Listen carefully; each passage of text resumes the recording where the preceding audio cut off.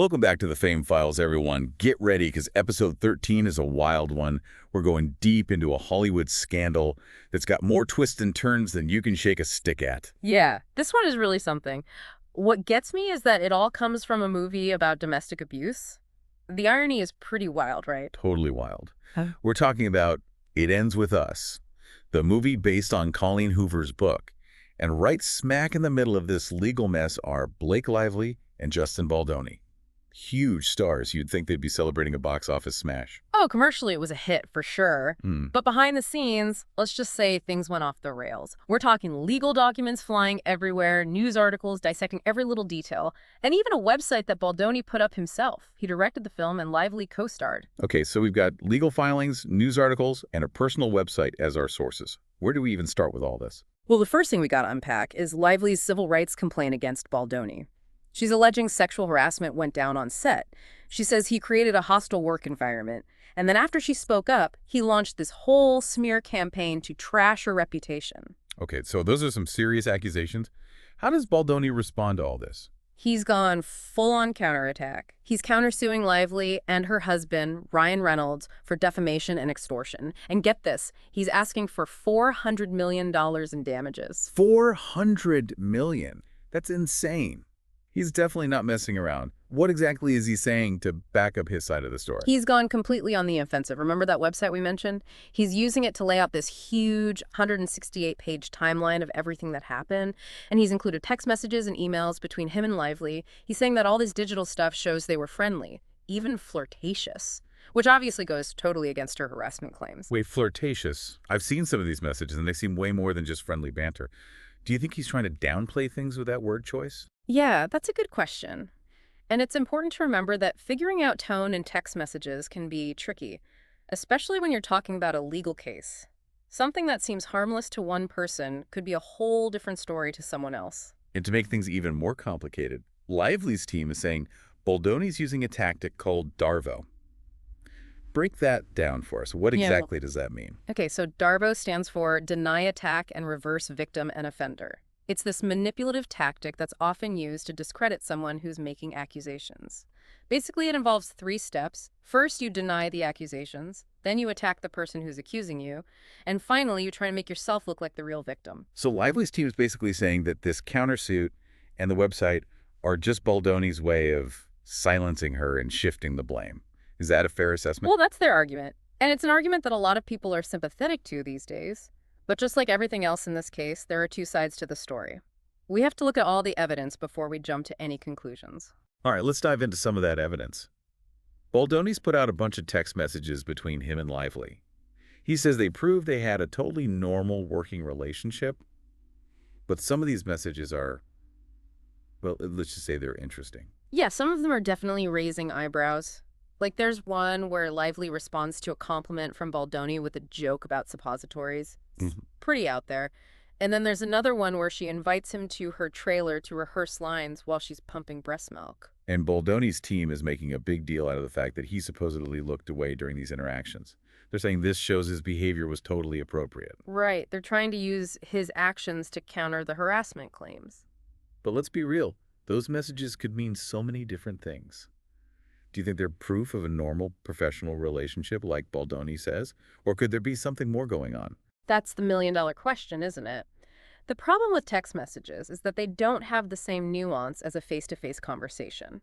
You can't always tell someone's intent or tone from just a few lines of text. What one person might see as playful banter, another person might find really uncomfortable or even offensive. And that's what makes these cases so tricky. They often come down to one person's word against another's.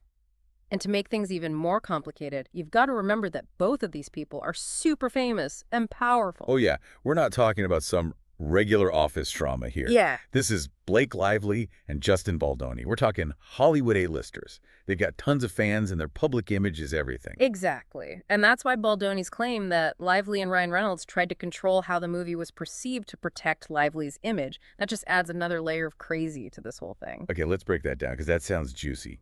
So Baldoni's saying Lively and Reynolds tried to take over the movie and then blame any problems on him. Yeah. Is that what we're talking about? Yeah, that's basically it. He's saying they used their star power to influence everything about the film. Script changes, casting decisions, marketing. He's basically saying they tried to turn it into their own personal project. And when things started going wrong during filming, he's saying they pressured him to be the fall guy.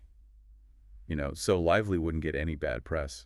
That's a pretty serious accusation, and it really shows you how cutthroat Hollywood can be. It's all about reputation. One minute you're on top, and the next minute you're finished. So when a movie has problems, there's this huge pressure to find someone to blame, and Baldoni thinks he was their target. And to make things even worse, Baldoni's saying Lively refused to work with the intimacy coordinator for the film. So he was left having to deal with all those sensitive conversations and logistics on his own. He's even shared texts that seem to back this up. That's a really important detail. It brings up this whole bigger conversation about intimacy coordinators on sets. Their job is to make sure the actors are safe and comfortable during scenes with intimacy and nudity. So if Lively didn't want to work with the intimacy coordinator, it could look like she wasn't taking those safeguards seriously. And it would put Baldoni in a tough spot, having to handle those sensitive discussions without any professional guidance. Exactly. And get this, Baldoni also shared what he says is a draft statement that Lively and Reynolds wanted his studio to release. This statement basically took all of the blame for any problems with the production and said Lively had nothing to do with it. Wow, if that's true, it sounds like they were definitely trying to control the story and protect Lively's reputation no matter what. It makes you wonder who was really in charge on that set. Was it Baldoni as the director? Or were Lively and Reynolds calling the shots? And then there's the lawsuit against the New York Times. Baldoni's going after them too. He says they worked with Lively to trash his reputation in the press. This is where things get really interesting. We're talking about the power of the media and journalistic ethics. The New York Times is one of the most respected news organizations in the world. Their reporting carries a lot of weight. So if Baldoni can prove they teamed up with Lively to tell a biased story, it could have huge consequences.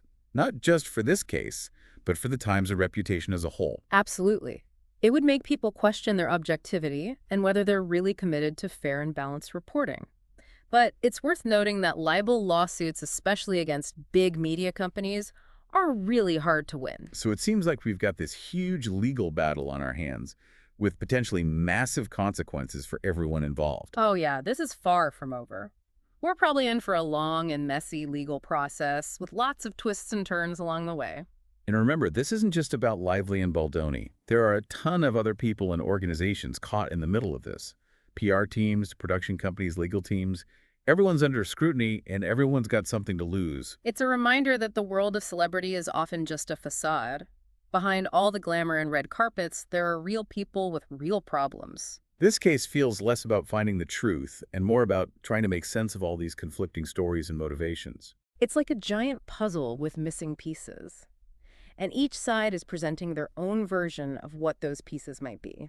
And as we try to piece together this puzzle, it's super important to remember that we're dealing with allegations, not proven facts. It's easy to get caught up in the drama and jump to conclusions, but we got to approach this case with a critical eye and an open mind. It's almost like we're trying to solve a mystery, but none of the witnesses can be trusted. And on top of that, this whole thing has become a total media circus.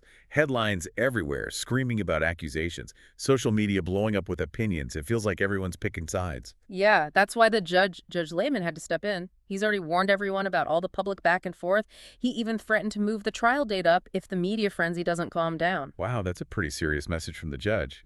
It sounds like he's really worried about all this attention affecting the trial. He's also trying to put a protective order in place to shield everyone involved from harassment, which makes sense considering how high profile this case is and how much public scrutiny there is. So with all this legal drama going on, what are the big takeaways here? What's the bigger picture? Well, on the surface, it looks like a classic Hollywood power struggle. Two huge stars and their teams fighting for control and public sympathy. It definitely reminds you that even in Hollywood, behind all the glitz and glamour, there are real people with real conflicts and power dynamics at play. But if you look deeper, this case brings up bigger questions about consent power and how we navigate accusations in the digital age. It makes you wonder how much of what we see in the media is real and how much is just a carefully constructed image.